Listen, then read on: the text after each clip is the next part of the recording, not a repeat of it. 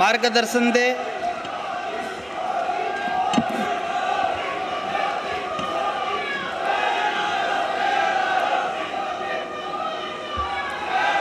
भारत माता की, भारत माता की। कार्यक्रम में उपस्थित राजस्थान के आदरणीय मुख्यमंत्री श्रीमान अशोक गहलोत जी, मध्य प्रदेश के गवर्नर और आदिवासी समाज के बहुत बड़े नेता श्री मंगूभाई पटेल, गुजरात के मुख्यमंत्री श्री भूपेंद्र भाई पटेल, मध्य प्रदेश के मुख्यमंत्री श्रीमान शिवराज सिंह जी चौहान, मंत्री परिषद के मेरे सहयोगी श्री फग्गन सिंह कुलस्ते जी, श्री अर्जुन मेघवाल जी, विभिन्न संगठनों के प्रमुख व्यक्तित्व, सांसदगण, विधायकगण और मेरे पुराने मित्र, आदिवासी समाज की सेवा में जिन्होंने अपना जीवन समर्पित किया है, ऐसे भाई महेश जी और विशाल संख्या में पधारे आए, दूर सुदूर से मानगढ़ धाम आए हुए मेरे प्यारे आदिवासी भाई और बहनों, मेरे लिए खुशी की बात है कि मुझे आज फिर एक बार मानगढ़ की इस पवित्र धरती पर आकर के सर झुकाने का अवसर मिला है।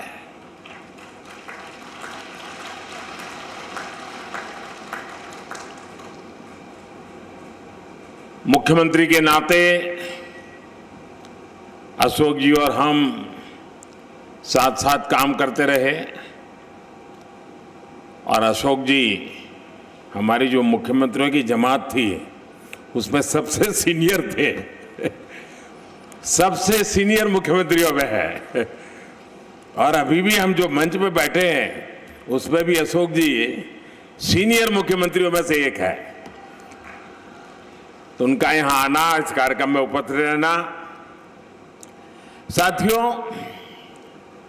आजादी के अमृत महोत्सव में हम सभी का मानगढ़ धाम आना, ये हम सबके लिए प्रेरक है, हमारे लिए सुखद है।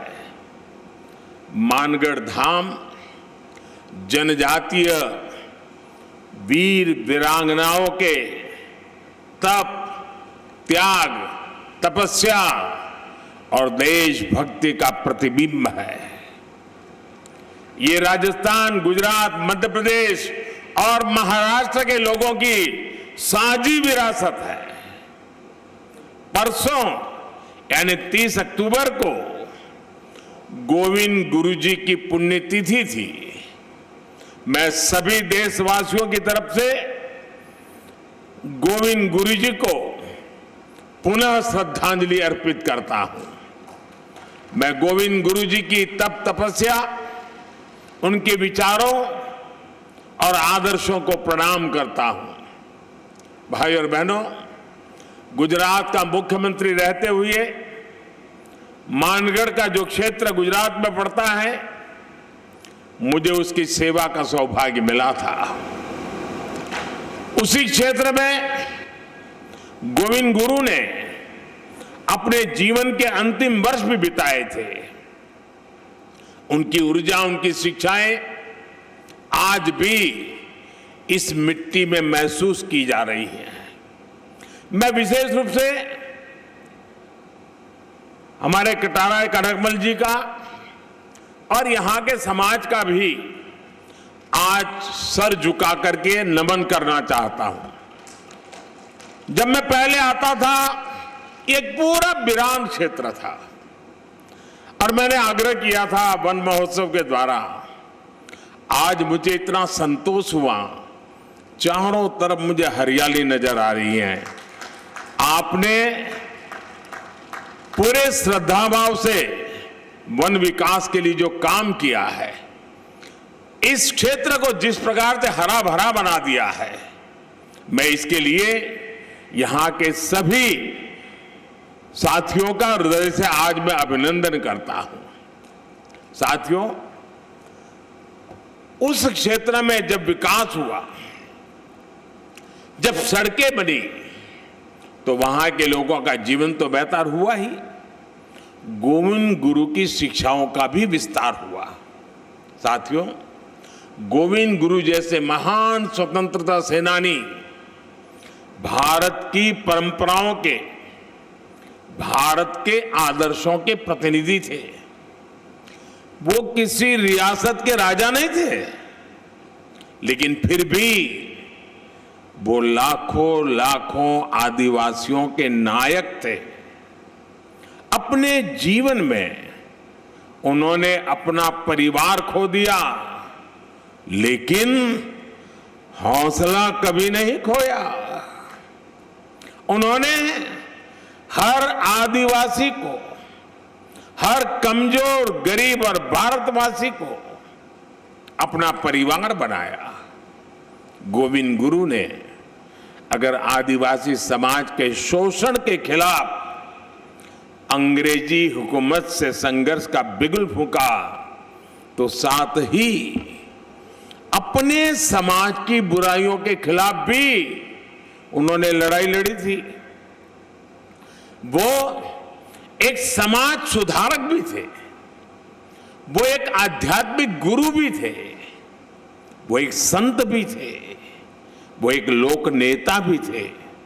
उनके जीवन में हमें साहस, शौर्य के जितने महान दर्शन होते हैं, उतना ही ऊंचा उनका दार्शनिक और बौद्धिक चिंतन भी था। गोविंद गुरु का वो चिंतन, वो बोध आज भी उनकी धुनी के रूप में मानगढ़ धाम में अखंड रूप से प्रदीप्त हो रहा है।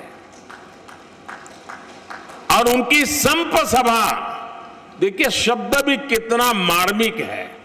संप सभा, समाज के हर तबके में संप भाव पैदा हो, इसलिए उन्होंने संप सभा के आदर्श आज भी एकजुटता, प्रेम और भाईचारा की प्रेरणा दे रहे हैं। उनके भगत अनुयायी आज भी भारत की आध्यात्मिकता को आगे बढ़ा रहे हैं। साथियों, 17 नवंबर 1913 को मानगढ़ में जो नरसंहार हुआ, वो अंग्रेजी हुकूमत की क्रूरता की पराकाष्ठा थी। एक और आजादी में निष्ठा रखने वाले भोले भाले आदिवासी भाई बहन, तो दूसरी ओर दुनिया को गुलाम बनाने की सोच। मानगढ़ की इस पहाड़ी पर अंग्रेजी हुकूमत ने 1,500 से ज्यादा युवाओं, बुजुर्गों, महिलाओं को घेर करके उन्हें मौत के घाट उतार दिया। आप कल्पना कर सकते हैं, एक साथ 1,500 से ज्यादा लोगों की जघन्य हत्या करने का पाप किया गया। दुर्भाग्य से आदिवासी समाज के इस संघर्ष और बलिदान को आजादी के बाद लिखे गए इतिहास में जो जगह मिलनी चाहिए थी, वो नहीं मिली। आजादी के अमृत महोत्सव में आज देश उस कमी को पूरा कर रहा है। आज देश उस दशकों पहले की भूल को सुधार रहा है। साथियों, भारत का अतीत, भारत का इतिहास, भारत का वर्तमान और भारत का भविष्य आदिवासी समाज के बिना पूरा नहीं होता। हमारी आजादी की लड़ाई का भी पग पग इतिहास का पन्ना पन्ना आदिवासी वीरता से भरा पड़ा है। 1857 की क्रांति से भी पहले विदेशी हुकूमत के खिलाफ आदिवासी समाज ने संग्राम का बिगुल फूंका था। 1780, आप सोचिए 1857 से भी पहले 1780 में संथाल में तिलका मांझी के नेतृत्व में दामिन सत्याग्रह लड़ा गया था, दामिन संग्राम लड़ा गया था। 1830-32 में बुधू भगत के नेतृत्व में देश लरका आंदोलन का गवाह बना। 1855 में आजादी की यही ज्वाला सिद्धू कान्हा क्रांति के रूप में जल उठी। इसी तरह भगवान बिरसा मुंडा ने लाखों आदिवासियों में क्रांति की ज्वाला प्रज्वलित की।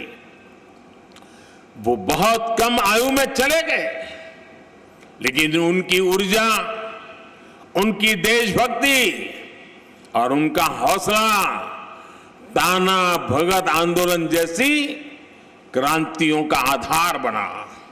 साथियों, गुलामी के शुरुआती सदियों से लेकर 20वीं सदी तक आप ऐसा कोई भी कालखंड नहीं देखेंगे जब आदिवासी समाज ने स्वाधीनता संग्राम की मशाल को थामे न रखा हो। आंध्र प्रदेश में अल्लूरी सीताराम राजू गारू के नेतृत्व में आदिवासी समाज ने रंपा क्रांति को एक नई धार दे दी थी, और राजस्थान की ये धरती तो उससे भी बहुत पहले ही आदिवासी समाज की देशभक्ति की गवाह रही है। इसी धरती पर हमारे आदिवासी भाई बहन महाराणा प्रताप के साथ उनकी ताकत बनकर के खड़े हुए थे। साथियों, हम आदिवासी समाज के बलिदानों के ऋणी हैं, हम उनके योगदान के ऋणी हैं। इस समाज के, इसने प्रकृति से लेकर पर्यावरण तक, संस्कृति से लेकर परंपराओं तक भारत के चरित्र को सहेजा और संजोया है।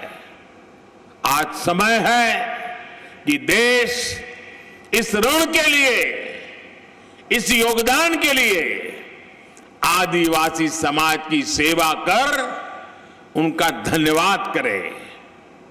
बीते 8 वर्षों से यही भावना हमारे प्रयासों को ऊर्जा देती रही है। आज से कुछ दिन बाद ही 15 नवंबर को भगवान बिरसा मुंडा की जयंती पर देश जनजातीय गौरव दिवस मनाएगा।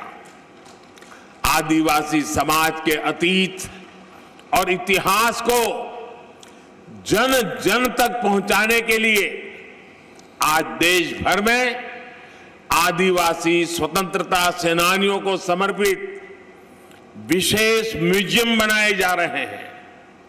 जिस भव्य विरासत से हमारी पीढ़ियां वंचित रह रही थी, वो अब उनके चिंतन का, उनकी सोच का और उनकी प्रेरणाओं का हिस्सा बनेगी। भाइयों बहनों, देश में आदिवासी समाज का विस्तार और उसकी भूमिका इतनी बड़ी है कि हमें उसके लिए समर्पित भाव से काम करने की जरूरत है। राजस्थान और गुजरात से लेकर पूर्वोत्तर और ओडिशा तक विविधता से भरे आदिवासी समाज की सेवा के लिए आज देश स्पष्ट नीतियों के साथ काम कर रहा है। वनबंधु कल्याण योजना के जरिए आज जनजातीय आबादी को पानी, बिजली, शिक्षा, स्वास्थ्य और रोजगार के अवसरों से जोड़ा जा रहा है। आज देश में वन क्षेत्र भी बढ़ रहे हैं। वन संपदा भी सुरक्षित की जा रही है और साथ ही आदिवासी क्षेत्र डिजिटल इंडिया से भी जुड़ रहे हैं।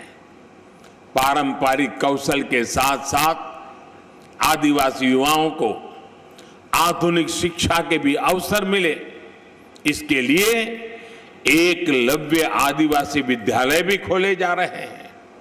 यहां इस कार्यक्रम के बाद मैं जामुगोड़ा जा रहा हूं, जहां गोविंद गुरुजी के नाम पर बनी यूनिवर्सिटी के भव्य प्रशासनिक कैंपस का लोकार्पण करूंगा। साथियों, आज आपके बीच आया हूं तो एक और बात भी मेरा बताने का मन करता है।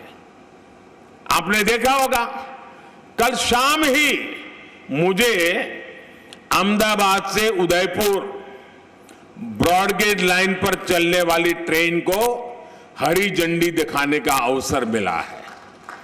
300 किलोमीटर लंबी इस रेल लाइन का ब्रॉडगेज में बदलना राजस्थान के हमारे भाइयों और बहनों के लिए भी बहुत महत्वपूर्ण है। इस परिवर्तन से राजस्थान के अनेक आदिवासी क्षेत्र गुजरात के आदिवासी क्षेत्रों से जुड़ जाएंगे।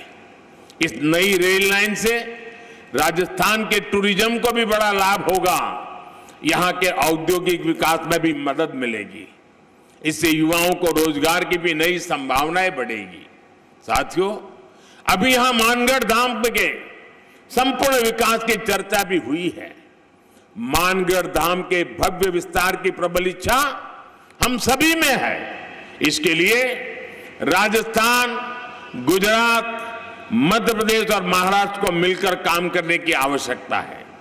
मेरे यहां चारों राज्य और सरकारों से आग्रह है कि इस दिशा में विस्तृत चर्चा करें, एक रोड मैप तैयार करें, ताकि गोविंद गुरुजी का स्मृति स्थल भी पूरे विश्व में अपनी पहचान बनाए। मुझे विश्वास है मानगढ़ धाम का विकास इस क्षेत्र को नई पीढ़ी के लिए प्रेरणा का एक जागृत स्थल बनाएगा। और मैं ये विश्वास दिलाता हूं, क्योंकि कई दिनों से हमारी चर्चा चल रही है, जितना जल्दी, जितना ज्यादा क्षेत्र हम निर्धारित करेंगे, तो फिर सब मिलकर के और भारत सरकार के नेतृत्व में हम इसको और अधिक विकास कर सकते हैं। इसको कोई राष्ट्रीय स्मारक कह सकता है, कोई संकलित व्यवस्था कह सकता है, नाम तो कोई भी दे देंगे, लेकिन भारत सरकार और इन 4 राज्यों के जनजातीय समाज का सीधा संबंध है। इन चारों राज्यों ने और भारत सरकार ने मिलकर के इसको और नई ऊंचाइयों पर ले जाना है। उस दिशा में भारत सरकार पूरी तरह कमिटेड है। मैं फिर एक बार आप सबको बहुत बहुत शुभकामनाएं देता हूं। गोविंद गुरु के श्री चरणों में प्रणाम करता हूं। उनकी धुनी से मिली हुई प्रेरणा से आदिवासी समाज के कल्याण का संकल्प लेकर के हम सभी निकले, यही मेरी आप सबसे प्रार्थना है। बहुत बहुत धन्यवाद। बहुत बहुत धन्यवाद एवं आभार माननीय नरेंद्र मोदी जी एवं उपस्थित समस्त अतिथिगण। हमारे भील समाज को आपने जो यहाँ मान दिया है, हमारे पूर्वजों की माटी का यहाँ जो वंदन हुआ है, आपका बहुत बहुत आभार। आपू बहिरे जो थोड़ी बार है ना। प्रधानमंत्री मोदी इस वक्त मंच पर मौजूद हैं और जनसभा को संबोधित कर रहे थे। अपने संबोधन में पूरा ब्यौरा देते नजर आए, पूरी जानकारी देते नजर आए। बहुत अहम बातों का जिक्र यहाँ पर किया आप प्रधानमंत्री मोदी ने। मानगढ़ धाम के महत्व को बताया और किस तरीके से जब वो गुजरात के मुख्यमंत्री थे तब से लेकर किस तरीके से वो काम करते रहे इस दिशा में, इस क्षेत्र में। और मुख्यमंत्री अशोक गहलोत की तारीफ करते नजर आए, कहा कि सबसे सीनियर मुख्यमंत्रियों में से एक हमारे अशोक गहलोत जी हैं। और इस वक्त मंच पर जितने भी